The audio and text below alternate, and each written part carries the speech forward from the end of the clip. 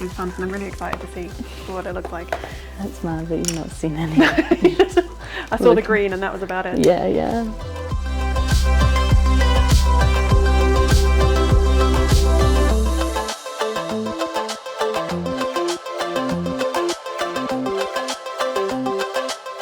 This is the Earth Systems collection store. Yes. So this is all of geological material aside from fossils, which are in a separate building. So we've got minerals, meteorites, gemstones. Meteorites? Yeah. I didn't know that. Definitely show you some of those.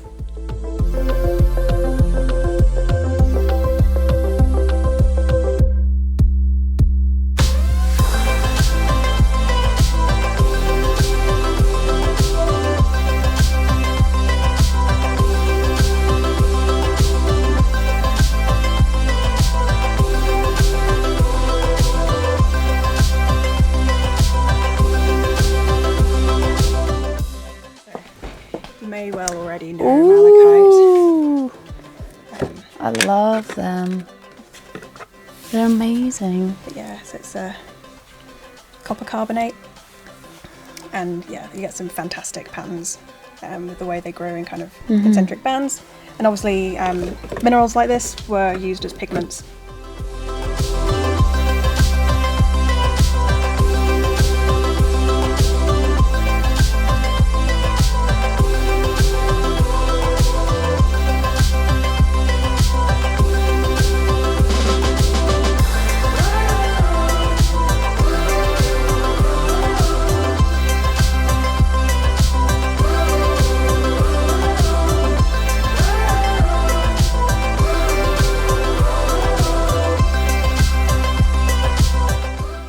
Hi, I'm Yong-chin and today I'm going to be doing a look inspired by all the minerals that Emily showed me yesterday. I've taken 3 items as inspiration to draw out my makeup design, the main one being malachite for the colours, fluorite for the fluorescent and the depth within the crystals, and the opal for the iridescent pigments within this mineral. I've designed the look to be really alien because all the colours that I saw yesterday were very fluorescent, bright, and they felt really unnatural, so I wanted it to be this sort of outer space vibe. And then also I was really inspired by all the meteorites that Emily showed me yesterday and all these like small start-up planets that never really happened. So today we're going to be making this big green alien.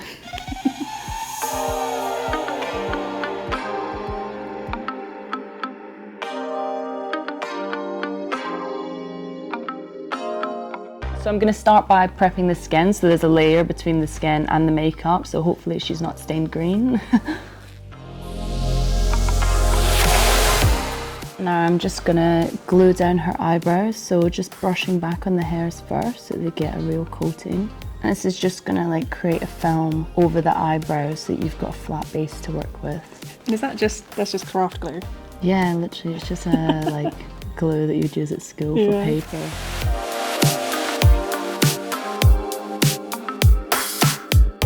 So this is the malachite that I've taken the colour inspiration from.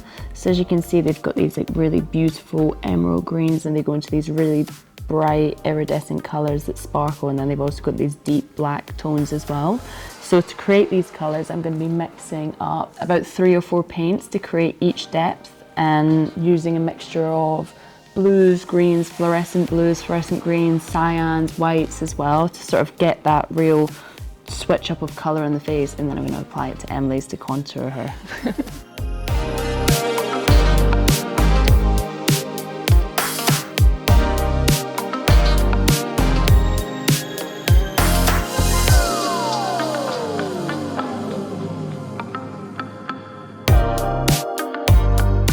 So yeah, the green in the malachite is actually caused by copper. Okay. So copper, we call it a transition metal because it has different properties based on its oxidation state, but depending on the chemical environment, it can appear green or it can also appear blue. So that's kind of where you're getting the range of colours. I absolutely adore going through the collection and seeing what we've got and learning about like just the subtleties, and even things with the same chemical formula can still have very different, like there'd be completely different minerals like calcite and aragonite. They're the same calcium carbonate. Yeah. But they're still different minerals because they form different structures and they have different properties, and that just kind of blows my mind really how much environment influences the final product, even though it's the same kind of base materials.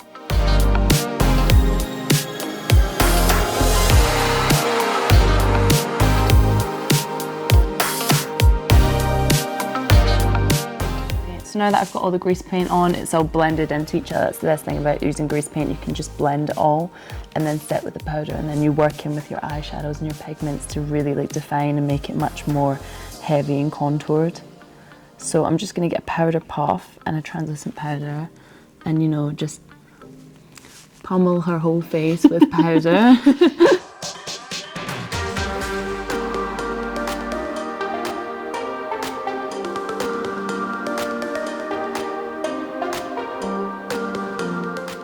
So I've got a little bit of excess translucent powder on the face, but I actually like to, instead of dusting it off straight away, I like to dust it off whilst I'm applying the pigment on the face. I find that you get a much smoother blend that way.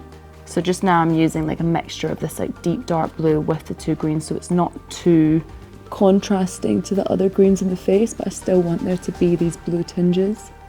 I like to, whenever I work with shadows, I like to like play around with using other colours to contour. I find that it just creates like a really interesting finish.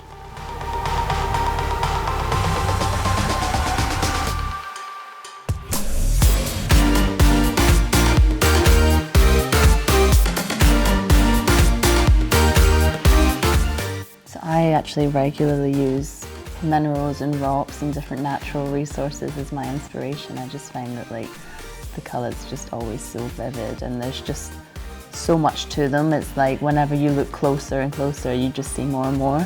Absolutely, yeah. And it is, yeah, wild that you get the range of colours that you do in natural material. But then do you think that all the colours must come from the minerals then? Yeah. So obviously, well, nowadays a lot of pigments are synthetic. But yeah, originally people used minerals as pigments along with like insects and plants.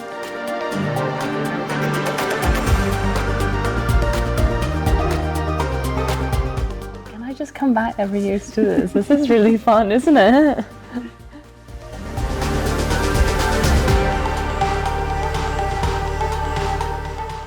Now that I'm happy with the base, I'm now gonna like cut into the eye shape. So I'm gonna be using a black grease paint to just shape out the eye, and then it's gonna come around here just to like exaggerate the contour, and then also after that I'm gonna then work in the line works that go underneath the eye as well.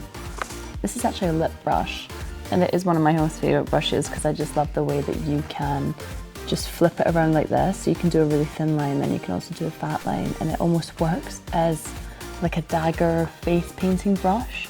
So you can just create lots of like different shapes and patterns using the one brush and just twisting it around.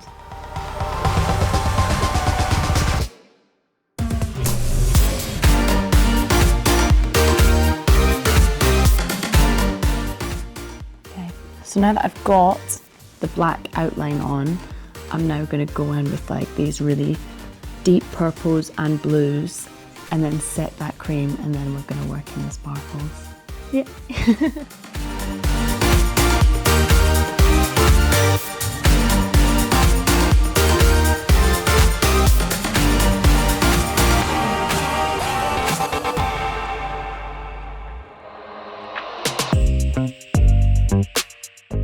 So whenever you're doing any type of line work, you want to mark it out first, and I generally will just like mark out my ends. So I want this to be flowing down the eye like that, this line. So I'll do a mark in there, and then same on the other eye. You can sort of take your brush straight to and lean it across the face, and then another point there.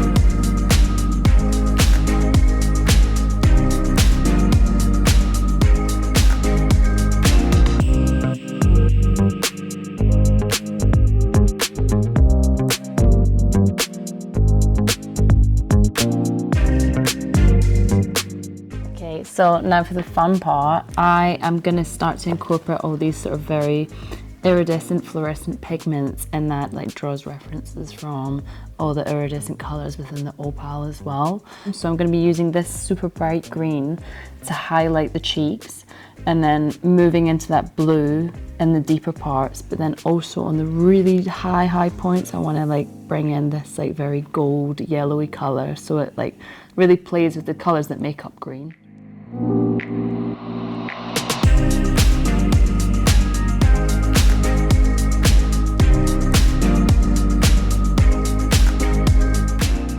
Now I'm going to go in and start to do my gold linear line work up on the forehead, and I'm going to be using this really strong pigmented metallic powder and mixing that with a mixing liquid so it sort of turns into this like molten liquid gold.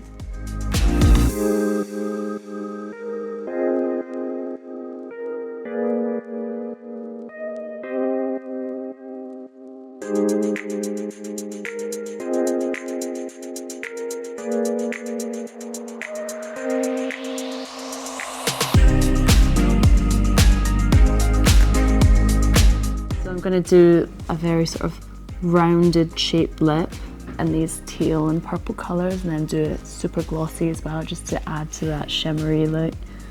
So I'm just outlining above the lip, so essentially just ignoring the natural Cupid's bow.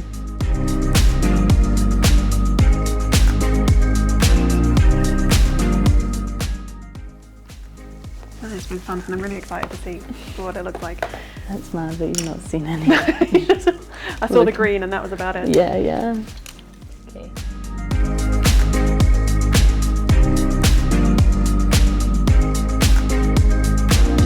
So for my final step, I'm just going to be adding these really iridescent, like multicolored gemstones just in a few areas of the face, just so that it really pops out and it glimmers in the light, because you can't do a crystal look without adding crystals on the face.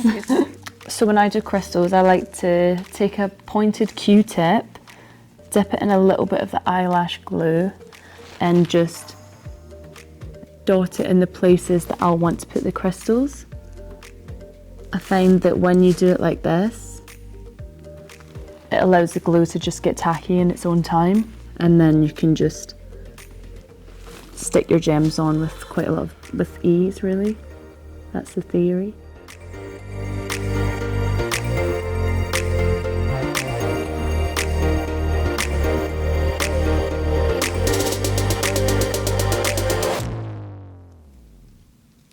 I always find these little gemstones like in my socks and my shoes and everything. Okay, I'm happy. Should we call it a day?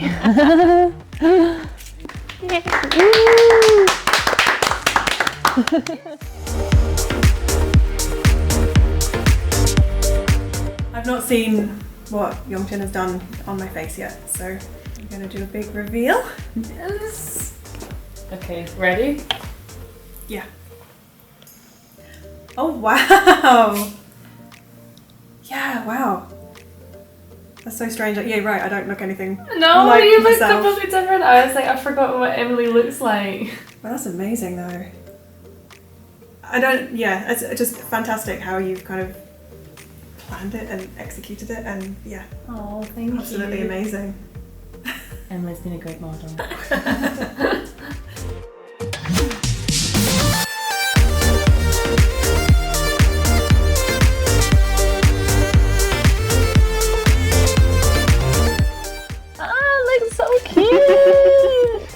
So this is my finished look, inspired by all the minerals that Emily showed me yesterday.